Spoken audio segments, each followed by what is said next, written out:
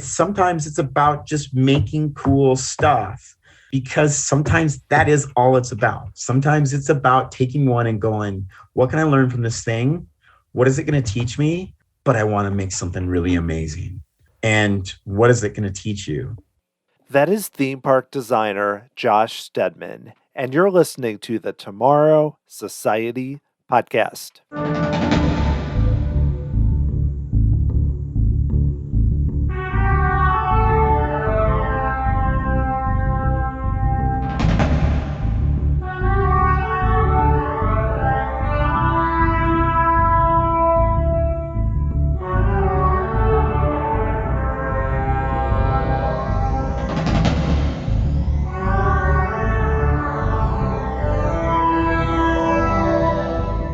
Thanks for joining me here on episode 149 of the Tomorrow Society podcast. I am your host, Dan Heaton.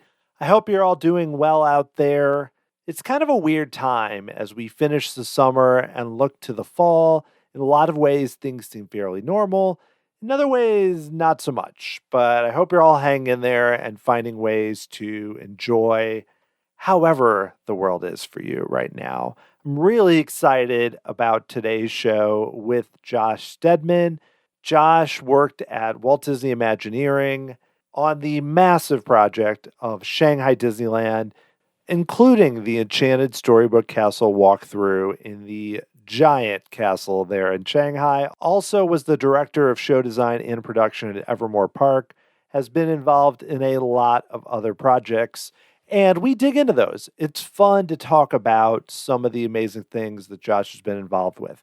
But what I really found interesting too was Josh's path to get to being at Imagineering and becoming a successful theme park designer. It wasn't easy. And Josh is really open about what his dream was and why it was so important to him, but also how much he had to sacrifice to get to it. And you can hear it in his stories that he talks about.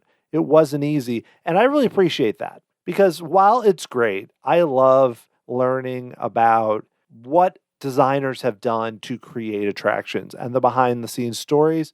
Sometimes we don't always dig into how much they had to work, how hard it was to get to the point that they were at.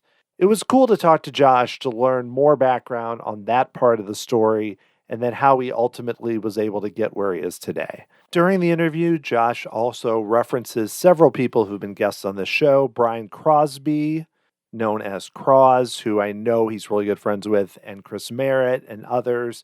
Don Carson, Chris Runco. So his career is definitely intertwined with a lot of guests, if you've been listening to the show for a while, that have been so cool to talk with here on the Tomorrow Society podcast. I hope you enjoyed this interview. Definitely one of my favorites that I've done on this show. So let's do it. Here is Josh Steadman.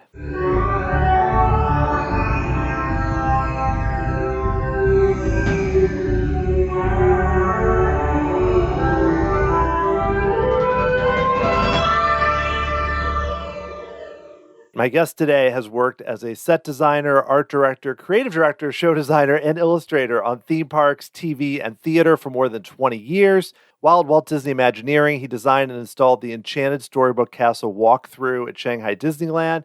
Other projects, including Evermore Park, Genting Skyworlds, Warner Brothers Park in Abu Dhabi, he's worked on, and a lot more. It is Josh Steadman. Josh, thanks so much for talking with me here on the podcast. It's good to be here, Dan. Thanks for having me. Oh, no problem. Your name has come up a lot when I've talked to other great designers, and I've been wanting to talk with you, so I'm glad this worked out, and there's just a lot to cover. It's a good thing. They're good things, hopefully, that they're saying that my name is being brought up in good light. I hope. You always worry about that stuff, right? Oh, definitely. It's all positive, at least what I know. I can't speak for anyone else, but what I know has all been positive, so it's been good. But I want to start a little bit with your background because, I'd love to learn how you got interested even just in becoming a designer when you were kind of growing up and originally years ago. I've told this story a few times and I forgive me for being repetitive if you've heard it somewhere else. But I grew up in Idaho, actually born in Spokane, Washington. We moved around a lot, but mostly lived in Idaho. So I was the odd kid, odd child back in the days where art wasn't even provided as curriculum in elementary school. Actually, it was always the emphasis was science, math and reading, at least in southern Idaho, surrounded by potato fields. And literally I would draw as escapism. My parents took me to Disneyland as a young boy. And I've said this story a few times, but I was 6 years old. And I remember very distinctly seeing America Sings, being influenced by the singing animals on stage, singing patriotic hymns, more or less, which, then they all went to Splash Mountain, pretty much those little guys. But then also seeing, having an image stuck in my mind. I do not remember where I saw this. I believe I saw it at Disneyland, but it stuck with me from 6 years old on. And that was the Clock of Tomorrow at the front of Tomorrowland. I remember seeing that sculptural icon, and I remember the numbers being on top of it. And a friend of mine corrected me that wouldn't have been there in 1982, 83 when I was there. It would have been long gone. I saw it somewhere, and that image stuck with me. It still does. I used to draw it. I went home. I draw it all the time, which is very strange. I was going through decks of old drawings from when I was a child, and I found one of those drawings. So somewhere in there, it stuck, and it became this repetitive design. Like I remember thinking as a kid, that's great design. And being only 6 and going, okay, they did this hourglass thing, but getting the visual language and the globe on top that then all of a sudden, shadow played on the ground. I just remember being so influenced by that. I mean, you mentioned Disneyland and, of course, that image. I mean, were you able to go to Disneyland? And I'm sure if that already inspired you, going there or even seeing videos probably made a difference too. We grew up on the Disney Channel, and the Disney Channel in the early 80s had Imagine This, which was these little snippets of Imagineering from home. Like, look, this is what we do. There are people who actually are paid to come up with great design that tells a story and a narrative. And we get to build this thing and these things, right? And I remember, other than the Imagineer This episodes, all the old cartoons and shorts were a part of the Disney Channel. They were always being played. You could watch the old Mickey shorts. And old, In Search of the Castaways with Haley Mills, all the old stuff that I think influenced a generation, like a very huge influence. And Summer Magic is another one, like knowing the Disney language and speaking that language, but knowing the treasure trove of storytelling and film and the Mickey Mouse Club was a huge influence, partly because I grew up in Idaho, conservative family, very conservative family. And I was the odd kid. I was the strange oldest son. And my mom didn't know what to do with me. She still doesn't know what to do with me. Yeah. Well, I mean, I'm here in Missouri, but we had the Disney Channel and like same time frame. And The Love Bug and all those kind of old movies, or Apple Dumpling Game, all the random movies that they showed. And like you said, they used to really show things from the history of the parks and stuff. It was very different. So I'm right there with that same kind of, that was how they promoted the parks in a way, because they couldn't promote it through the internet. That didn't exist. That was their way, the only way we really saw the parks. So when you were like interested in that and then becoming an artist, how did you go about doing that? You mentioned you grew up in Idaho. And I don't know, even schools back then, colleges and stuff, didn't have programs like they do now for design and theme parks and all that. So how did you go about actually trying to make that happen? Well, let me back up. I was a bullied kid. We moved, by the time, just for context, by the time I was 17, we had moved 19 times. Oh my gosh. And my parents had 6 kids. So that doesn't mean 19 different states. There was one area that I lived in the height of my childhood for a good 8 or 9 years, and that was Southern Idaho. We moved when I was 12 to Reno, Nevada, and coming from the farmlands of Idaho and then going to a city environment. Reno's a weird place. It's smaller Vegas, basically. Was very interesting. And because I was such an odd duck as it was, and was always living in these escapist little realms of my brain, I was a target. So it's funny. I'm writing a book actually about that very subject, about being an artist and growing up the theme park geek and all those things, and using that as my level of escapism to survive bullying. And in the 80s, there was none of this. No. Pronouns didn't exist. Let's wave a flag for everything that makes someone different. And I don't mean that in disrespect. I mean that did not exist. So being the odd child and being strange and creative was hard. And I think especially the way I grew up in the denomination and religion I grew up in, that was also another challenge. That's a whole nother separate podcast. I won't get into that. But so knowing all this Disney stuff and watching the Disney Channel and going to Disneyland, which I thank my parents for that. Like, they took me to Disneyland, and that provided a kind of a visual outlet in my head and a purpose. I don't think, honestly, I wouldn't be here today if it weren't for that in context. Having theme parks, having art, having illustration, and drawing the clock of tomorrow 180 times, how many times I drew it. It was survival. And so I did literally everything I could find and get my hands on to learn about folks that were like, hey, I created this cartoon character. Okay, now I'm going to build this park, or let me go buy this ghost town and set it back up in Buena Park. I mean, that stuff is like inspiring for me because by today's standards, you can't do that. You can do it. People are going to think you're crazy. And I did it. I did it with Ken Brettschneider and Evermore, and with our backs against the wall in every sense of the word. I don't want to jump forward, but that man has fought every battle possible to maintain his park and this vision and this dream. That is, people, I will tell you, by today's standards, people aren't very supportive of those ingenious people anymore. I think we've become cynics to everything. It's disappointing because I was not a cynic. I believed in these dream things, that Disneyland was a place where I could go work one day, which I did. Yeah, there's a lot to cover there, but I think, I think you make a great point just as far as Evermore, which you rarely see that. You're rarely seeing these. I mean, just talk about Disneyland even. You're rarely seeing this idea of Walt Disney, unique guy. There aren't a lot of Walt Disneys, but there are people with those kinds of visions that could want to make things happen. And the fact that you had that vision yourself even, and were able to get there, though I know it was challenging, it says a lot because, like you said, things today is the way it is, but even back then it was, there was no path forward really, right, to do what you wanted to do, at least in some sort of manual or book in a way.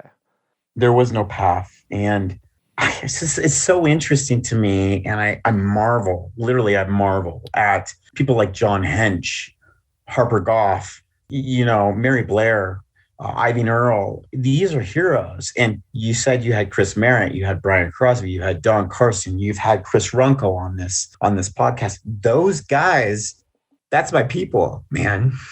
I get emotional about it because it was everything for me. It still is. And those are some of the dearest, kindest, most genuine designers I know, because they are passionate and they design from the heart. And it's inspiring to me. And I cry in all these podcasts because it hits, people ask these questions and I'm like, how do you do this thing?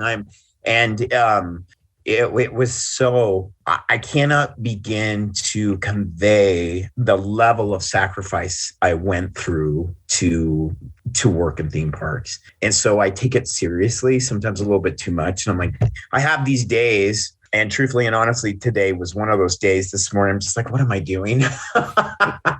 Why am I doing this? Why don't I just go work at a gas station or something? Some days it'd be so much easier, but I've had a lot of those days, actually, because you look at it and you go, okay, I'm surviving. And yes, I'm grateful for my job and all these things. But because you care so much and are so driven by the passion of creating something different, new, unique, awesome, something to inspire another generation and people like me, this homely looking child in Idaho, to become something better and to follow your heart. I'm an idealist, I guess, and I'm not going to apologize about it because we lack so much of that today. And I don't want to wax that poetic because that's another podcast too, right? Well, we're covering a lot of different ones, but the group you mentioned, though, I mean, I think a lot of those guys from talking with them have a lot of similar feelings where, you feel so strongly about it. Like I talked to Chris Merritt, that you feel so strongly about what you want to do. And some people you work with are right there and then others aren't. And I'm not picking on anyone in particular. I'm just saying that's the nature of the world. But how do you navigate that? I guess, you could say now, or even when you were trying to enter the industry, how do you navigate that in a way that you can keep your sanity, I guess? I go to the gym a lot and I run and I lift weights to maintain my sanity. And honestly, thank goodness for movies and comic books. It's all this stuff that inspires these same people. Croz and I go way back. Chris Merritt and I sat next to each other in Shanghai. And Chris, who had designed a walkthrough, I leaned heavily on Chris Merritt, because I was working on this walkthrough that had all these. It started out with a small team of 4 of us, and then exploded. And there were 67 members of this walkthrough team. And this child, creative baby that you've given birth to, all of a sudden is no longer yours. And Chris knows exactly what I'm talking about. You have to let go of this little thing and be okay with other people going, okay, it's not yours anymore. You need to let go. And that's hard, especially when it's something you care. And all of a sudden, when Disney approached me to jump ahead a little bit and they said, hey, we've got this thing in this castle. You are a theater designer. Do you want it? And would you be interested? And it was princess based. I'm like, oh, crap. I hate the princess stuff, which truthfully, I'm not a fan of princess stuff. I'm usually go the opposite in the Rocketeer and Captain America and all this very mannish kind of masculine things. So I bought into this princess ideology. I watched all the princess films back to back and over and over and over again. Research, you're only as good as your research. So everything, you got to know it. And you've got to be the guy or the girl or the person in the room who knows that stuff better than anyone else, because they're paying you to be the expert in that stuff. And because it means so much to what it is you're supposed to be doing and what it is you're creating. I think, let's talk about that walkthrough, because you've brought it up, and just, you wanted to join Imagineering for so long, you were able to join that project, which I know any new park, anything involved with that is going to be challenging, but how were you able to kind of, and then you ended up going to China. There's a lot to it there, but how did that project go, and kind of what was it like to get to ultimately work at Imagineering after kind of wanting that for so long? Well, the story goes, I had written my own curriculum in undergrad to be a theme park designer. The day I graduated, I found out that someone I went to school with had submitted a portfolio very similar to mine. And I had no clue about this Imaginations contest thing. It's such a long, convoluted story. I'll fast forward. It put me back in my career a good 8 to 9 years. Not to mention September 11th was very new, and no artists, creative people were being hired. The young people who call me today are like, how do you do this? COVID is so hard. And nothing against that. COVID's hard. But as an artist, I've been living COVID for my entire life. You're forced to sit down, draw, be focused, turn off your outside. And I'm a social person. I like people. I'm not the typical artist who can zero in and cut out the world and forget what day of the week it is. That's not me. I like leading teams. I like working with people. So I really have to force myself to sit and focus. So the delay and the setback in the career was very real. I worked with teenagers and taught high school, and then worked with troubled youth in the deserts of southern Utah and western Utah. And Croz and I had been in Ecuador in 1996 together. That's how I met Croz. And so I called my brother, my younger brother, who was studying illustration at the same time that I was putting this project together. And I called Cross. I go, hey, I've got this idea. And it was on the heels of trying to recuperate this very dramatic setback that I had experienced in undergrad with my work. And so I literally sat in the deserts of Utah for 2 years and designed this thing and got Cross doing all the storyboards, got my brother doing these. My brother's this look, I can draw, but by no means do I sell myself as an illustrator. I'm a set designer who can draw. So my world's all, let's create the worlds and let's build the worlds, because if we sit and draw this one more time, I'm going to die, right? I'm going to gouge out my eyes. And there are people who love to do it. I'm not that type of artist. So I called my brother and I'm all, Luke, I need your help. We're doing this Rocketeer thing. He immediately was like, yeah, let's do it. This is awesome. So Luke did these amazingly intricate, crafted POVs in marker, by the way, in grayscale markers. There's an artist named Nathan Schroeder who works in film, and we were kind of admirers of his. And Nathan Schroeder did everything in graphite powder and still does a lot of it to this day, and marker work. And so Luke was just like figuring out how this guy does these things. I was working with a friend on story writing, and Cross was storyboarding the attraction. The rest of the story is pretty epic, but another kind of mini setback, at least for me, I ended up moving out to LA. I quit my job teaching high school. I didn't like it anyways, and teaching teenagers is always difficult in a classroom setting. Yeah. Packed up my car. I'm giving you the long story, by the way. No, that's fine. Go. This is great. Literally packed up my car. I sold everything I had, and I just basically was like, for almost 4 years, I was rejected by the Disney company, and rejected not earnestly the first time around, because I felt like it wasn't my work they were seeing.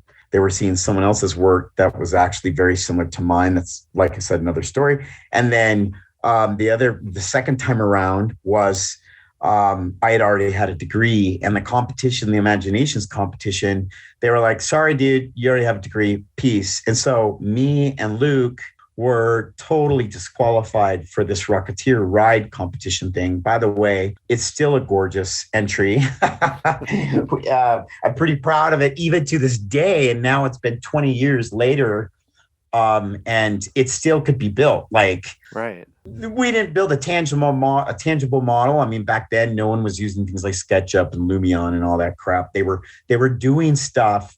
They were building actual models. That's how you built a park, right? And they still do. They still do that too. My thought was, if I could just get to LA, pound the sidewalk and the pavement with my own work, someone will give me a shot. I wanted to become who I wanted to become. And I didn't need anyone else telling me how I should do it. So I went off and I just did it. And it takes a level of crazy to do that. And it takes a level of not really caring where your meal's going to come from. Now, I know so many people that take very calculated risks. I am not a calculated risk taker. If it means there's a 1 in 10 shot that something's going to happen, then I'm willing to take that risk, right? I would be a really bad gambler, let me just tell you, in Vegas.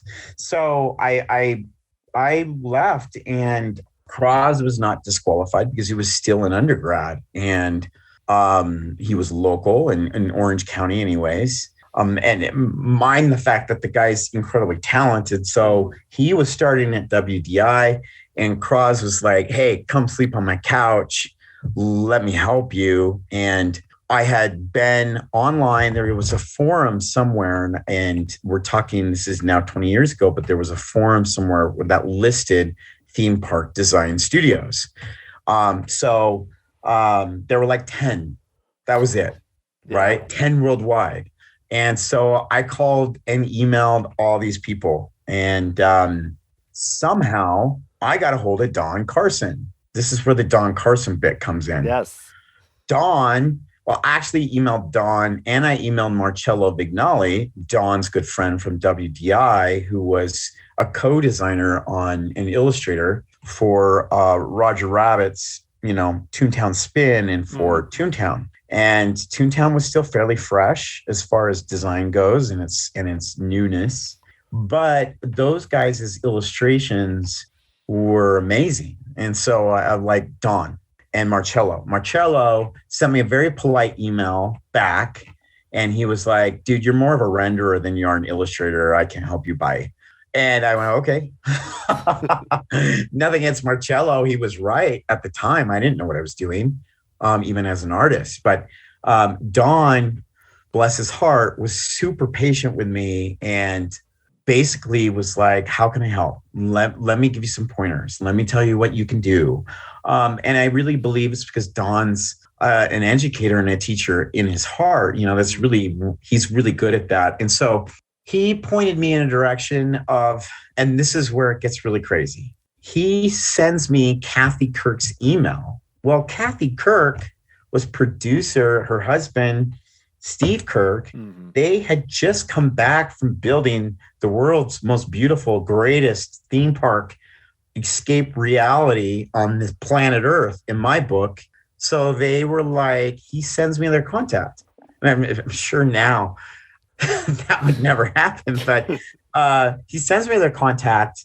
I cold called them and cold emailed them. And Kathy gets me on the phone with Steve. And then they loop in her brother-in-law, Tim Kirk. Yeah. So this is 2005, by the way.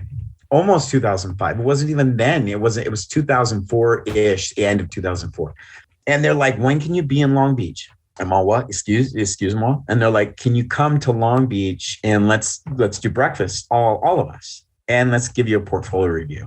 The fact that those people, I'm getting emotional again, took the time to give me such a shot is huge, because those are like, to me, and still to this day, they built the most beautiful park and most beautiful theme park. We were trying to do that with Shanghai. I think Shanghai is a beautiful park. It's no Tokyo Disney Sea in my book. Tokyo just kind of laid it flat. Like, come on, you want to do something amazing? We did it, right? So I went, I had $200, literally. I drove out to LA, moved to LA with $250, something like that in my pocket. And no help. I love my parents, but they're like, okay, son, you're on your own with this. And they did that more than once. So, and I think in a pinch, I could call them, but it would have to be a very desperate pinch, being like, dude, I'm standing on the side of the street. I have no car. They might send me $100, right? Back then. So I bought donuts, chocolate milk, orange juice, and I took it to the Kirk's house. And in their house, they invited me over, and Kathy and Steve and Tim all sat there, and they went through my work, and they just said, this is great stuff. And oh gosh, talk about validation. I have two stories of that. The other time was I met Dave Stevens that same year at the Comic-Con in San Diego, and he gave me a portfolio review, and Dave Stevens drew me a picture of the Rocketeer of his helmet. And Dave was like, dude, you got chops, bro. And I'm all, I do? I have chops? Because I didn't think I did. I had failed so much that to hear those comments from these people in the industry that were my heroes was very much what I needed to hear to keep going. And so Kathy, Steve, and Tim were like, look, there's the startup company. Why don't we get you in touch with those people? There's this guy named Seth Cover. He's great. We'll get you on the phone with Seth Cover and this good friend of ours, Mary Clough. Well, I didn't know who they were talking about. So they gave me the contact for what was Thinkwell, and Thinkwell had 10 employees, literally 10 or 12. They had just moved from Pasadena to Burbank. And so I went over and I interviewed with them. And Seth was like, we'd love to bring you in. Mary was a delight. She was so kind. And 1 year later, they brought me out, and I got to sit next to Toppa Helmers, who's this famous storyboard artist, illustrator, who's worked in theme parks for years. It was also at Imagineering and everything. And Topper and I illustrated several pitch projects that Thinkwell was working on. That was 2005. And then I was working at Disneyland for the 50th anniversary, selling tickets to make money. I was 28 years old. I was 28. There are young people who are calling me right now who are 19 and 20, and they're like, I've tried everything. I'm failing. I'm like, you are a child. You figure it out, do your homework, go get a job, whatever it is, make some money. If you don't already have it, I never had any of that. I was living off quarters, pennies, and nickels and dimes and barely making it. But you have no excuse. If that is your world and you're pretty good for you, don't call me. You can figure it out. And no offense to anyone's going to hear it. Good for you. Well, during that time, I know you did a lot of different projects, like the Shakespeare Festival. You worked on some TV shows, Yep. like Wipeout and Lincoln Heights, and so all those experiences. I mean, how did like that help you, I guess, to grow as a designer, or what were those like to kind of build you up to where you ended up going? So after interning, I interned with Thinkwell 3 times. Three times I interned. There was one point I was answering phones and taking out garbage, sitting next to Mary Clough, actually.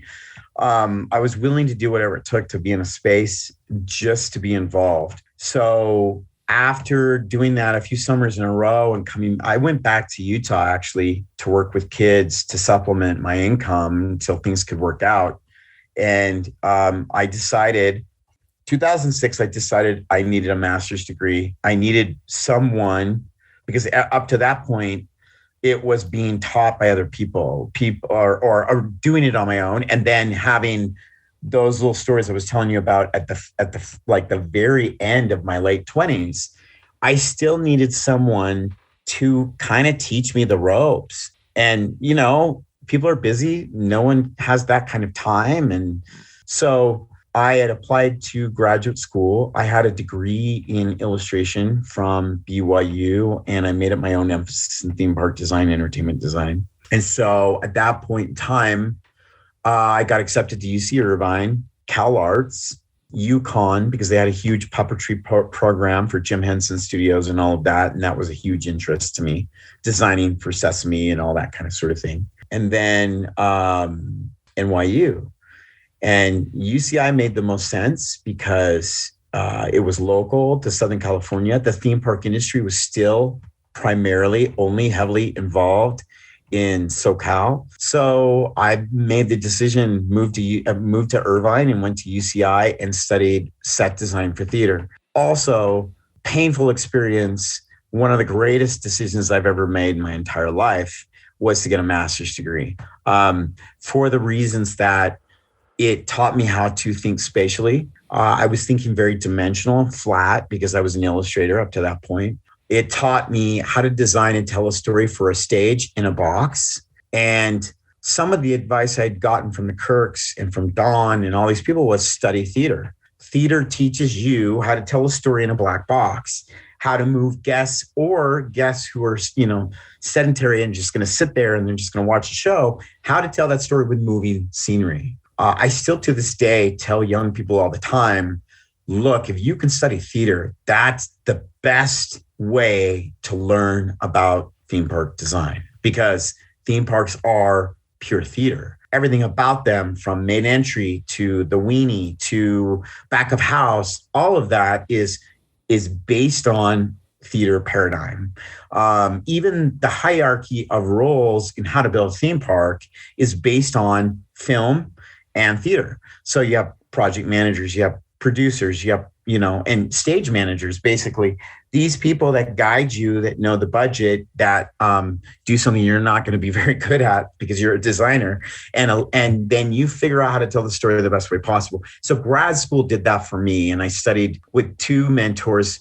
Let me just say 2 and pause. I've had some incredible mentors in my career. So other than these people that helped me get to this point, I studied with Doug Goheen at UC Irvine, he's been retired for over a decade, who was trained by Min Cho Lee, who was, American theater's greatest set designer, one of them. He taught me how to design scenery, he and Keith Bangs at UC Irvine. And then the Shakespeare Festival, all that stuff, I'm telling you the long answer, basically, at UCI, I all of a sudden just sunk my life into theater. And theater is a whole nother community. You got these people who live and die for stage shows and musicals. And I went into it blind. I had no idea what a community that was.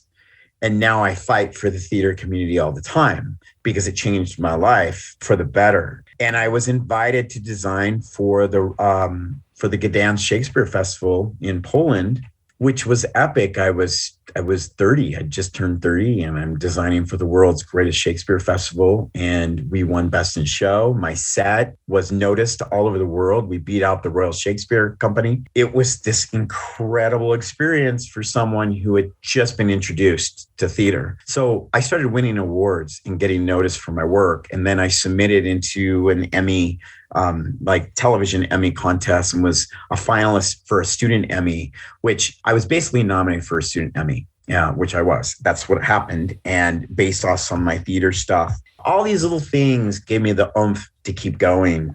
And then John Iacobelli, who was the production designer and art director for Babylon 5 and for Honey, I Shrunk the Kids. He worked with Joe Johnston, who's another hero of mine, and the man who directed The Rocketeer. This is where it starts coming bizarrely full circle.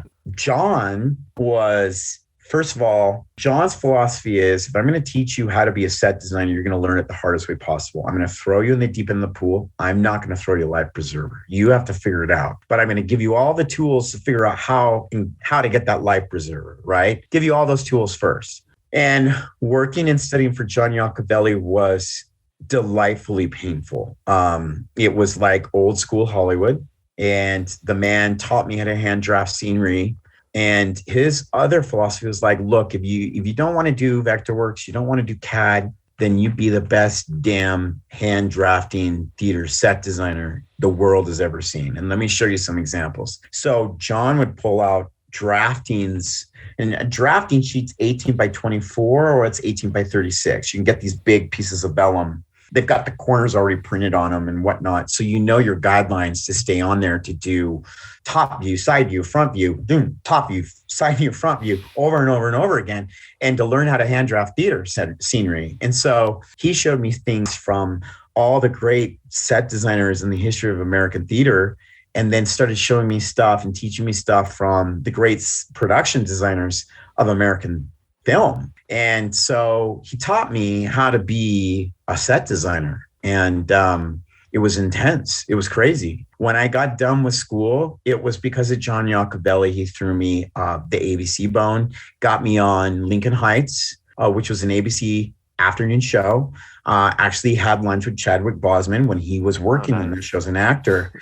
So that gives you a little bit of history. It's really interesting. But I was the art department assistant. So I ran around. I picked up hardware from the Valley, and I picked up wallpaper samples from Aztec Wallpaper in North Hollywood, and all the places that fuel the television industry in LA.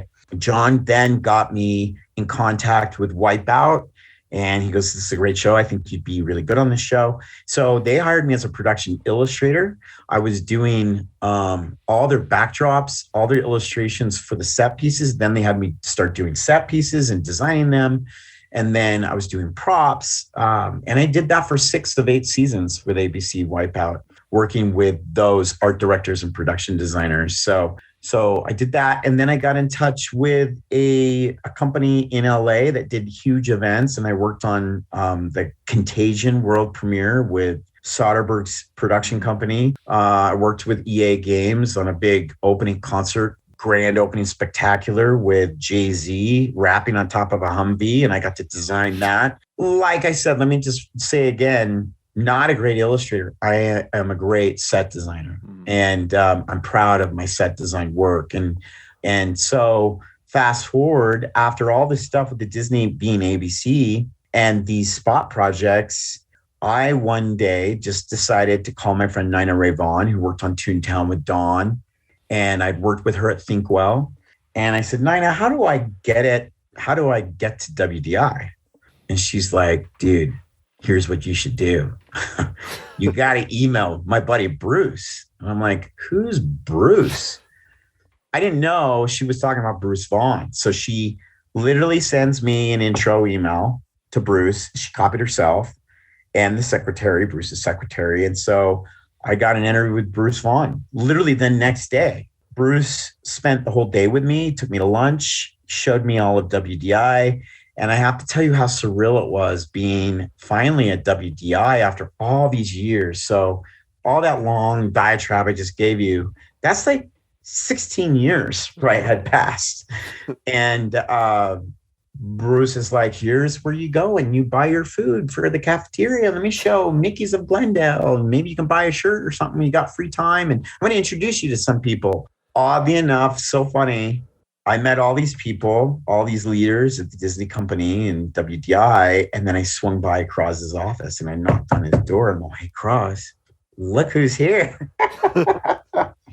And he was like, oh my gosh, you're here, man. Blah, blah, blah. Anyway, such a circular event pattern and path. And honestly, I think if you want something so bad, every morning you wake up and you taste it and you're like, this is what I'm going to do, man. And you're going to write it down and you're going to put it on your universal bring me all the things I need board in your bathroom or wherever it's at with all your visual images of who you think you need to be. That stuff works. And it worked for me, but it was a lot of hard work. Like the effort behind it. Like I said, I can't even begin to describe how much work all that was. And it's funny, I get pigeonholed quite a bit today because everyone's like, they don't realize they've been doing this for almost 22 years. And I've only really made money doing this for 11 years, less than that, like 10 years. I was poverty stricken to a degree that was pathetic. I mean, so pathetic. And so I'm really fortunate, extremely grateful. I hope that's not, it doesn't sound like I'm leaving any of that out, but it was a lot of work.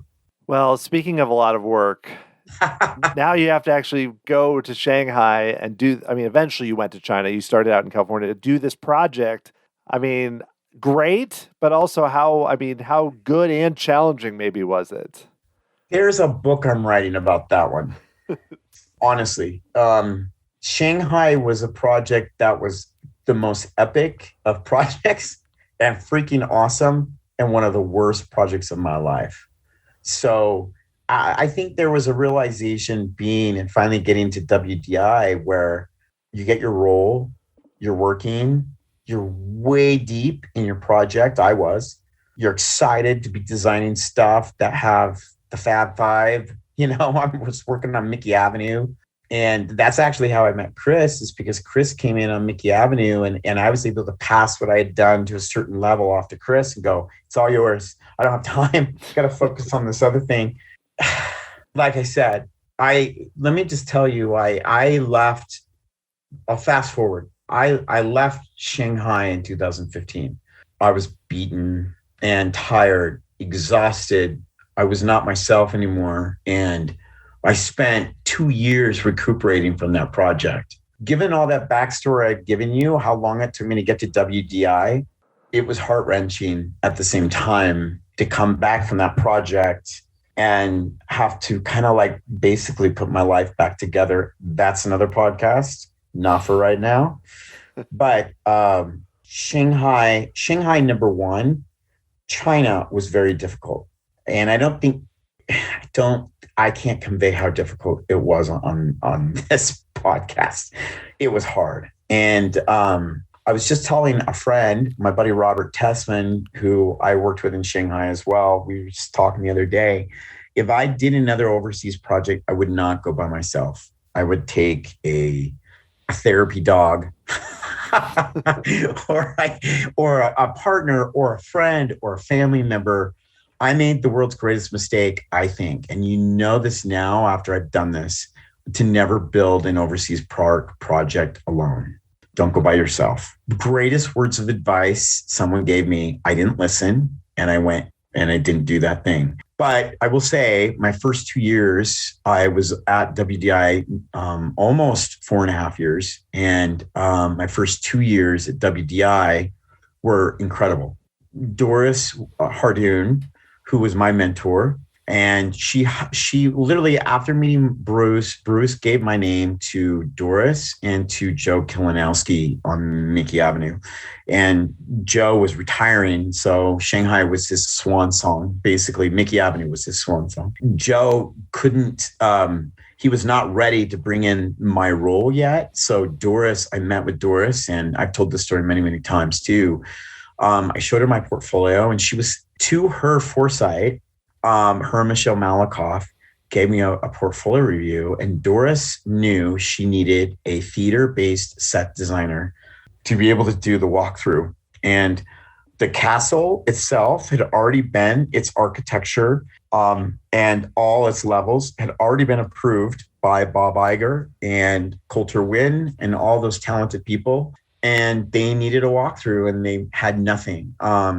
They had pitched some walkthroughs. So the interiors department did one and a few other people, and it just wasn't right for the story of the building. Not to say they weren't beautiful projects. So they had done a few iterations, and Doris looked at my portfolio, and the stars aligned in the weirdest way possible. Even though I'd been approved by Bruce and everything, she just said, "I think you're the person I need."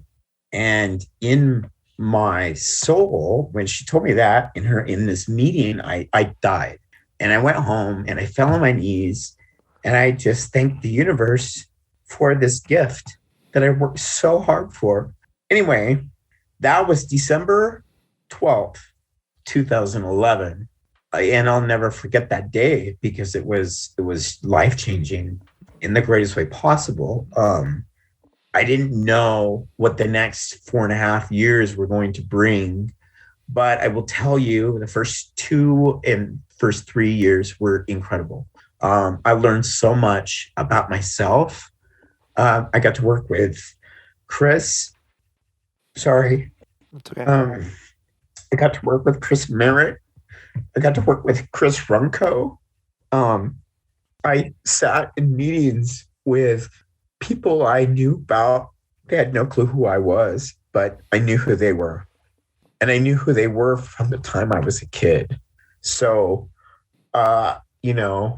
anyway, we were off and running, and we came up with the walkthrough, and it was just a small handful of us. So, sorry. We created a walkthrough that worked, and I did 7 iterations, story iterations with Pam Fisher and Doris that people never saw, different princess stories to get to final product. And one thing I had done is I always do a ton of research before I start drawing and drafting and coming up with scenery. And scenery is this great metaphor analogy for life. So everything in a facade, everything that is a set, tells the story of a person who lives in that facade or that set, and tells the story of an area or a region. I mean, there's so much detail and richness that can be brought to life in scenery. And so I had done a Tangled version. We had done a Mulan version for the castle. And we landed on Snow White and the Seven Dwarfs because in my research with Doris, we discovered the only princess that the Chinese audience had been exposed to before the Japanese invasion was Snow White. So we felt it would be, Pam, Doris, and I, the greatest story to tell in that castle. 2 years after I started, a little bit less than 2 years after I started, Doug Rogers was brought in to be my art director. I had been the production designer, the show designer, concept designer, storyboard artist. I was building a mock-up in full scale with the effects department and R&D to prove out all the effects. I was working with John Snoddy and David Allen. I can go down a list. And anyway, in the heat of the summer of 2012 to get, and it feels like yesterday, by the way, for me, because the memories were so intense. I mean, what we're doing was so intense, amazingly intense.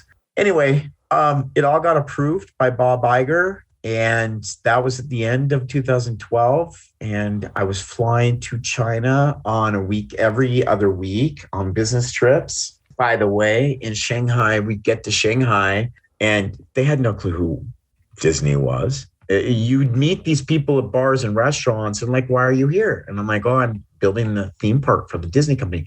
Oh, now it's the sad part about being an Imagineer is I think when you're going into a foreign space, no one cares. No one Mhm. knows what you're doing. And you rest on these laurels that Imagineering is this grand dame of theme parks. We were in an area that was completely the Wild West. No one had any idea what we were building in Pudong out by the airport. And so I came back 2015. I'd gotten all the walls, everything prepped for all the effects install and the main set install pieces that were still here in the US that Doug Rogers was art directing. And I was in the field art directing the walls and everything else. And Doug would come in, he and I would walk the walls, check everything, check all the packaging, making sure everything was looking right.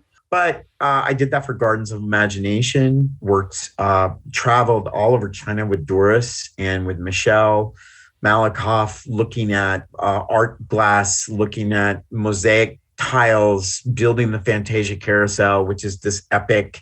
John Algeo and all the architects that worked on that. I mean, it's an epic carousel. Oh, and it was the first Disney carousel that was not hand-carved wood. Most of the time you build a carousel, history of carousels, everything's hand-carved. We were doing it in FRP, which is fiberglass. And so I was hired, part of my job as being the PD was checking all the pulls, all the molds in fiberglass to making sure that the creation that Maggie Parr had drawn back at home looked just like what we intended for the field. So it was incredible. It was exhausting. And a great learning experience. I learned a lot about myself. And I think the hardest thing was after all those years of struggle, you realize a job like that in many ways, and I don't mean to put this down at all because here I'm crying about all these amazing people. By the way, I cry about the people because theme parks are a collective company of talent. They don't happen, they're not built because of one ego, and they're not built because of one person's dream. I mean, it can be based on that, but it's because you've got 200 people who are sacrificing so much time to make this thing look epic.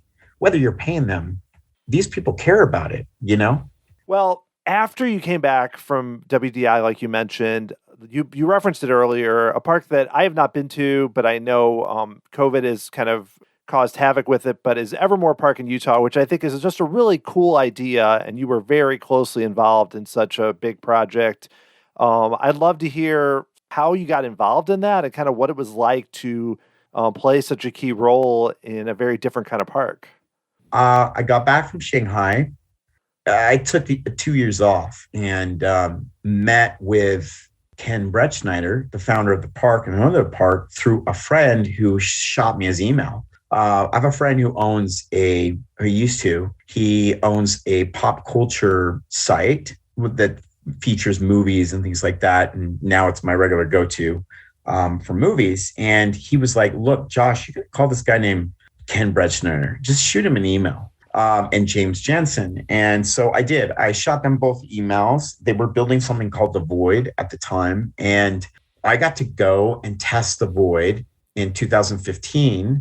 Right after building Shanghai. And so in doing that, Ken was like, dude, you got to do this thing where you got this walkthrough. Ken kind of looks like Keanu Reeves. And he's very charming and he's very gregarious and he's a fascinating individual, right? And he wants to talk about aliens and ghosts. And he and I have become dear, dear friends. So we became friends talking about aliens and ghosts and theme parks, really, quite honestly. And so he showed me a model and he rips off this canvas curtain thing on this giant model. They had already started trying to do Evermore. I think it was in 2014-ish. I might not have that date right, but it was when I was in Shanghai. And they got funding so far, and then they were never able to accrue the ground that he wanted to build it in. And so then from that, he started the Void. It kind of like planted the seed. That's where the Void came from, was from Evermore, actually. Mm-hmm. Most people don't know that. But we stayed in contact. I went to Hong Kong at that time to work with Cartoon Network and work on a big cruise ship and called The Wave. as a creative director. And so I was in Hong Kong and emailing Ken and back and forth. And someone who I'd met years before, Josh Shipley, was also a contact. And I emailed Josh. I saw that he'd just joined the team, and Shipley very kindly got me in touch with Ken and introduced me to Ken. And then in 2018, so many years had passed. It doesn't feel like a lot of years. It felt like a ton of years, actually. I was driving to Evermore Park from this small town that my sister lives in here in Utah, and I was staying with her at the time. And I was literally working for Ken for free. Most people don't know this. I was driving to Evermore and telling Ken, look, it's great you've got buildings. You've got no scenery inside these buildings, no plan for scenery. You have some, how are you going to do that? He had one picture for one set and it was beautiful. And I'm like, okay, so how are you going to build that? And he's like, I don't know, but we've got 8 months. And I'm like, Ken, you got to figure out, number one, you have not named any of your buildings. So let's start with that. So I put together a pitch to Ken and to Josh about how I should be involved as the director of show and production design, which is really the set design, right? Set design and all things creative that supports the story visually built. The first thing we did was we put together a nomenclature guide. So we named all the buildings. I mean, you can't tell what a person's going to be until you name that thing, right? You have a dog, you got to name the dog. If somehow that name takes effect and transforms this being, well, it's the same is to be said with theme park buildings and attractions. And so then me and Krista Sapp found a sign vendor that could do all the signage. And Krista had been working with Ken for a while. And then from there, I took it and I created a program and I created a calendarized deadline, how to get from March, that was where we were, to September 8th, which is what's today? 9th. September 8th and 9th, we were opening. So it's funny, we're doing this conversation on the anniversary. That's so many months to get from empty buildings to finished sets, buildings, dressing, props. Ken wanted 8,000 pumpkins plus. We had 2,500 real pumpkins. I had 6,000 fake pumpkins. We had all these actors that were just kind of sitting around, not doing anything, that were writing story treatments. I don't mean that way. They were writing story treatments when we opened, but and rehearsing. So I was like, actors, I need your help. Let's carve these pumpkins. So we came up with templates. We're carving pumpkins. They've got these little tools, carving them in the back. We had scarecrows, custom-made scarecrows by Miles Woods and the rest of the team. All of this fell under a storytelling circuit that I developed with Josh Shipley. And then I got approvals. Knowing George Lucas, I don't know him personally, but knowing Lucasfilm, being obsessed with Star Wars and all that as well, I knew from people who worked at Lucasfilm that Thursdays and Fridays were buy-offs in Lucasfilm art department, and they would buy George Lucas the stamp that said approved. So I did that. We had reviews every Friday. So reviews would happen on Friday. Everyone in my department, and by the way, I had kids that were studying at BYU and studying at UVU that knew nothing about theme parks. I had guys I had stolen from, there's a show on the CW or the WB, it keeps changing names, called The Outpost, that built a set and they built it in record time. So I stole 3 of those guys, 3 of those guys. I'm like, I didn't need your help. You build TV. I know TV. We're building sets. And so it was pandemonium. It was amazing. Amazing. There's, I have the Cecil B. DeMille book that was about the first time he made the 10 Commandments. He made that movie like 3 times. People don't even know that. The last time was Charlton Heston, right? The first 2 times were in the 20s. He made it every decade. And each time the sets were equally enormous. So there was a time we were on park build, we're on site, and the park site is only, how many acres is it? I'm trying to remember. I think it's a little under 12 acres. I want to say it's under 12 acres. Parking, everything else is a lot bigger than that, and back of house. And literally we had every construction company in Utah with cranes and steel going in the ground.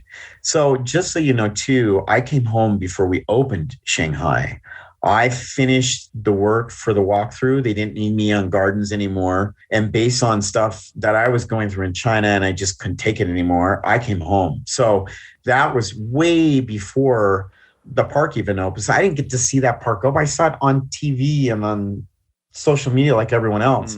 So being at Evermore with all this madness happening around us was epic. And being able to direct a team, half of which had never built a park before, and we're running around and we're dressing. We raided every antique store from south of Provo all the way to North Salt Lake and Ogden, Utah, to get all our props for all our buildings. Ken had a bunch of stuff he purchased in Europe. We were cobbling together the antiques he had purchased. Anyways, it was epic. And one of the funnest projects, because Ken gave me carte blanche. As long as I got to tell Ken's story visually the best way possible, he bought off with green stamps every Friday, which then my team would start going in to build on Monday. That was the schedule I set so we could get to opening. And we successfully got to opening. Not only did we successfully get to opening, even though we weren't fully finished, we maintained all the set work for the time I was there. So we added to it, we plussed it. We still had seasonal overlay theming we had to develop. People have no idea, unless you've seen the park, the nature of that project. The DIY part of it, I think, had to be fun, because I think it's what a lot of us envision Imagineering is like. Like this, you're just coming up with, I mean, you're not coming up with stuff, but you're doing all that. And it sounds like, though, in this case, because it was so much like, because it's, like you said, it's his vision. It's not a giant entity creating it. I'm sure there was a lot more leeway to create, I guess, in a way. There was a lot of leeway. I think one thing I've never forgotten is that when a client hires you, and you learn this over doing freelance as a designer, who's the man, who's the person? Ken hired me, Josh referred me. And so I never debated that Ken was the guy. We needed to build these stories that Ken had pitched and make something incredible. And we did our best. And it was a blast. Awesome. Well, I hope to see it someday. I don't know. You got to come to Utah. Yeah, got to make the trip. Okay, well, speaking of just young people and working with them, you've already given some advice, but I'd love to know, I know you get this question probably 5 times a day, but I like to ask people, like, what their kind of a few key bits of advice they would give to someone who's interested in possibly working in this crazy theme park industry. Oh, I have a bunch of advice, and sometimes it's way too blunt and it's offensive in some ways. I think knowing my life story and the path of which I've taken and how hard it was, never give up. That's one of them. Never give up, never surrender, which is a quote from Galaxy Quest, but it's very true to life, right? Like, life isn't easy. I mean, we're all trying to figure out why we're here. And I would say, as a designer and an artist, as someone who takes the world in visually, it's a different way of seeing things. And so you have to be able to persevere and take it and learn from it and pick yourself up. I take things personally because I'm an artist, so it's part of being one. I would say too, never be too arrogant to not answer the phones and take out the garbage. And I did that at the age of 29. If I can do that at 29 at Thinkwell, when Thinkwell was gearing up on some really cool stuff, I think anybody can. And I would say humility starts at the top. That's the other advice. And that's not really advice. It's more than that. How a person who leads a company is how everyone follows that leader. In other words, if someone's going to lead the company in a certain way, everyone's going to follow suit. It's the captain at the ship. So the thing I've learned building parks and following leadership is it's got to start with that person. So my goal, and I've made it my goal, is to be that person, whether it's my role or not, is to just do the best, but drink the Kool-Aid. Like, that's the other thing. Disney and Chris Merritt and some of us could probably speak to this. There was an attitude when I was at Disney that if you were big about theme parks, there was something wrong with you. It's permeated. It existed way before I got there. It probably, some of that might still exist. I think that's utter BS. If you can't, like, if you're a doctor and you don't really care about being a doctor and you just kind of do whatever, like you're cooking up stir fry at night and you're a surgeon, right? I'm sorry, you're not going to be a good doctor. Like, you got to be drinking the Kool-Aid to do it the best way possible and to turn out unusual product. And then that's be the last piece of advice I have. It's not always about making money. Now, having said that, no, I ate chips and Cheetos for years. That's what I served. Horrible, unhealthy stuff, because it's all I could afford. But it's not always about the money, and it's not always about the ladder climbing in a mousetrap maze. It's sometimes it's about just making cool stuff, because sometimes that is all it's about. Sometimes it's about taking one and going, what can I learn from this thing? What is it going to teach me? But I want to make something really amazing. And what is it going to teach you? I hate to say it, but sometimes those projects that sound so cool, people don't know how little I made doing Evermore. I took a giant pay cut to do Evermore because I cared about the product, and I cared about Ken, and I cared about the team. Yeah, I think that's great, and I think that's a perfect place to finish up. So, Josh, this has been great, and thanks for having me. Really appreciate the time. And also, if anyone wants to connect with you or check out your artwork, I know you have a website. I'd love for you to let them know where that is. So it's steadmanstyles.com. I have a website just to show some of the projects I've worked on, but that website shows purposely a very expensive project, a not so expensive project, and a bare bones project, because sometimes that's the reality of the industry, right? Totally. Well, thanks again. It's been great. I really appreciate it. Hey, thanks for having me. If you like this conversation, I would suggest you check out episode 141 with Brian Crosby. We talk more also about their Imaginations competition design idea for the Rocketeer. Another one that's really good is episode 130 with Chris Merritt and Don Carson, where they talk about some similar issues in terms of challenges with being a designer and working at Walt Disney Imagineering. You can find both of those at tomorrowsociety.com/podcast with an S at the end. I'd like to give a shout out to my latest member of the Tomorrow Society through Patreon, Kenneth Weatherford. Kenneth, thanks so much in helping to support the show. If you would like to get access to some really cool perks and help to keep the show going, go to tomorrowsociety.com/member to learn more about how you can do so through Patreon. If you'd like to get a hold of me, email me at dan@tomorrowsociety.com. Follow me on Twitter at TomorrowSOC, Facebook or Instagram at Tomorrow Society. Tomorrow Society podcast is hosted, produced, and edited by Dan Heaton. The music was written by Adam Hookey and performed by the Sophisticated Babies. Next time, I will be talking with Imagineer Larry Nicolai about his work on a lot of different attractions, including Ariel's Undersea Adventure, a lot on Tokyo Disney Sea, including the Arabian Coast. So cool to talk with Larry. Can't wait for you to hear it. Thanks so much for listening. Go out there, get vaccinated, be careful, but also just have fun out there. I really appreciate all the support. I'll talk to you again next time.